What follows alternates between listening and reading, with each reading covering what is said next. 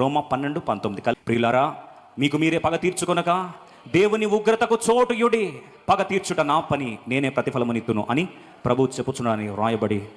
అక్కడ ఒక మాట గమనించండి, మీకు మీరే పగ తీర్చుకొనక దేవుని ఉగ్రతకు చోటుయుడి. పగ తీర్చుట దేవుని పని.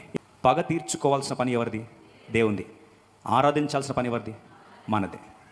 మన పని మనం చేస్తే దేవుని పని దేవుడు చేస్తా.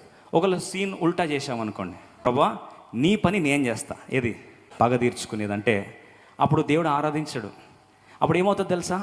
మన పని ఆరాధించడం, దేవుని పని మన పక్షమున పగ తీర్చడం. అప్పుడు ఆటోమేటిక్గా ఏమవుతుంది? శత్రులు ఏమవుతారు? లూకాసు వార్త 13:17. ఇప్పుడు చూడండి, దేవుడు ఒక్కసారి స్టార్ట్ చేసి అంటాడు, ఈమె కూడా అబ్రహాం యొక్క కుమార్తె, ఒక ఎద్దుకున్నంత విలువలేదా, ఒక గాడిదకున్నంత విలువలేదా, ఏంటి వేషధారులారా అని దేవుడు విరుచుకుపడ్డాడు వారి మీద. అంతే, ఆమె పని ఆమె చేసుకుంటూ వెళ్ళింది, దేవుడు పని దేవుడు చేసుకుంటూ వెళ్ళాడు. రిజల్ట్ ఏంటంటే శత్రువులు సిగ్గుపడ్డారు, సమాజం అంతా సంతోషించారు.